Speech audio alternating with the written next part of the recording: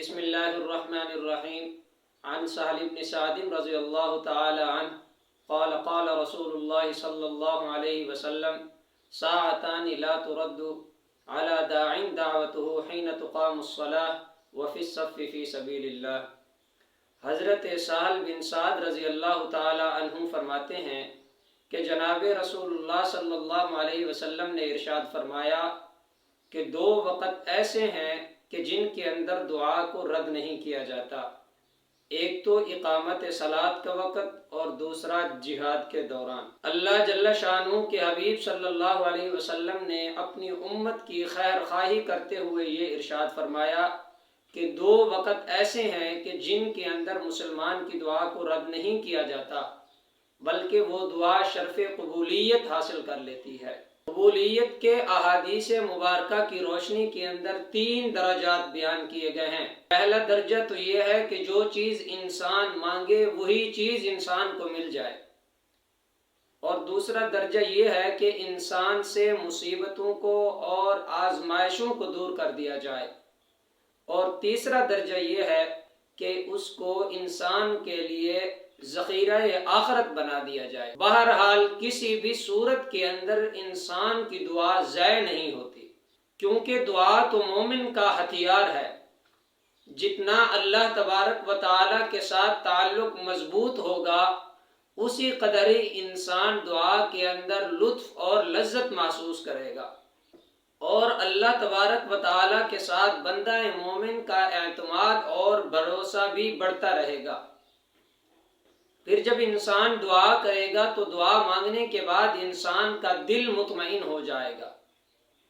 ان مبارک ساعات کے اندر انسان کی دعا کو رد نہیں کیا جاتا، لیکن چند شرائط کے ساتھ اگر انسان دعا مانگے تو پھر اس کی دعا کو رد نہیں کیا جاتا۔ لہٰذا اذان سننے کے بعد دعاؤں کا اہتمام کرنا، مسجد کی طرف متوجہ ہونا اور وہاں جا کر نماز ادا کرنا ہی مومن کی شان ہے۔ احادیث مبارکہ میں اذان کے بعد مسجد سے بھاگنے والے کو منافق کہا گیا ہے۔ آج کے اس پرفتن دور کے اندر نور ایمان کو جلا مساجد سے ہی ملتی ہے، اور مساجد سے دوری کمزوری ایمان کا ذریعہ ہے۔ لہٰذا مساجد کے ساتھ اپنے تعلق کو مضبوط کرو، اس کے ساتھ انسان کا ایمان بھی مضبوط ہوتا ہے اور دعا مانگنے کا موقع بھی مل جاتا ہے۔ جناب رسول اللہ صلی اللہ علیہ وسلم نے ارشاد فرمایا کہ اذان اور اقامت کے دوران دعا مانگا کرو۔ تو صحابہ کرام نے عرض کی، یا رسول اللہ ہم کون سی دعا مانگیں؟ تو جناب رسول اللہ صلی اللہ علیہ وسلم نے ارشاد فرمایا کہ آپ دنیا اور آخرت کی عافیت مانگا کرو، کیونکہ دنیا اور آخرت کی عافیت ایک بہت بڑی دولت ہے۔ دنیا کی عافیت تو یہ ہے کہ انسان مصائب سے، پریشانیوں سے بچ جاتا ہے، اور آخرت کی عافیت یہ ہے کہ انسان اللہ تبارک و تعالیٰ کے عذاب سے بچ جاتا ہے۔ قبولیت دعا کے لیے بھی چند شرائط ہیں کہ انسان کا کھانا، انسان کا پینا، انسان کا لباس، یہ تمام چیزیں حلال آمدن سے ہوں۔ خدا نخواستہ اگر یہ تمام چیزیں، غذا بھی، لباس بھی، خوراک بھی انسان کی حرام آمدن سے ہوئی تو پھر کسی درجہ کے اندر بھی انسان کی دعا قبول نہیں ہوگی۔ اسی طرح دعا کے اندر عاجزی اور تضرع بھی ضروری ہے۔ اگر تکبر کے ساتھ اور لاپرواہی کے ساتھ دعا مانگی جائے تو تب بھی انسان کی دعا کو رد کیا جاتا ہے اور اس دعا کو قبول نہیں کیا جاتا۔ اور دعا کے اندر ایسا بھی ہونا چاہیے کہ انسان اپنے آپ کو رلانے کی کوشش کرے۔ اگر انسان کو رونا آ جائے تو ٹھیک، اگر نہیں تو کم از کم انسان رونے کی حالت تو بنا لے، شکل بنا لے، صورت بنا لے۔ اور آخری چیز یہ ہے کہ انسان کو دعا کے اندر آداب کا بھی لحاظ رکھنا چاہیے۔ اگر انسان بے ادبی کے ساتھ دعا کرے گا تو پھر انسان کی اس دعا کو قبول نہیں کیا جائے گا، بلکہ اس دعا کو رد کر دیا جائے گا۔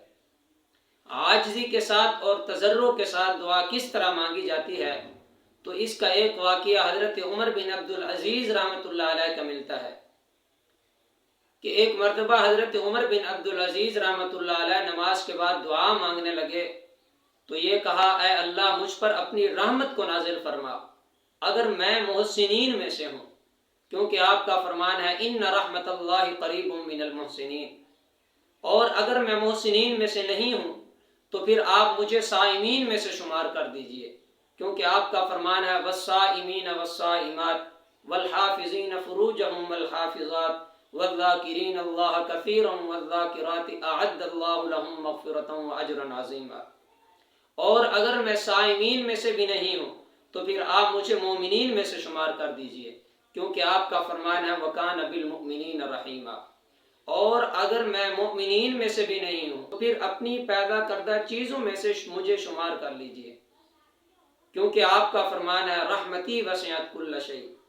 اور اگر ذکر کردہ ان تمام چیزوں میں سے میں کسی میں سے بھی نہیں ہوں تو پھر میں ایک مصیبت زدہ ہوں، پھر میں ایک غم زدہ ہوں اور آپ کی رحمت کا امیدوار ہوں۔ تو آپ کا فرمان ہے الذین اذا اصابتهم مصیبہ قالوا انا للہ وانا الیہ راجعون اولئک علیہم صلوات من ربہم ورحمہ واولئک هم المہتدون۔ میرے بھائیو دیکھیں حضرت عمر بن عبدالعزیز کتنی بڑی شخصیت ہے، اس کے باوجود بھی کس طرح عاجزی کے ساتھ اور تضرع کے ساتھ دعا مانگ رہے ہیں۔ تو ہمیں بھی یہی سبق ملتا ہے کہ دعا کے اندر عاجزی اور تضرع کا اظہار ضروری ہے۔ اللہ تبارک و تعالی مجھ سمیت آپ تمام حضرات کو عمل کرنے کی توفیق عطا فرمائے۔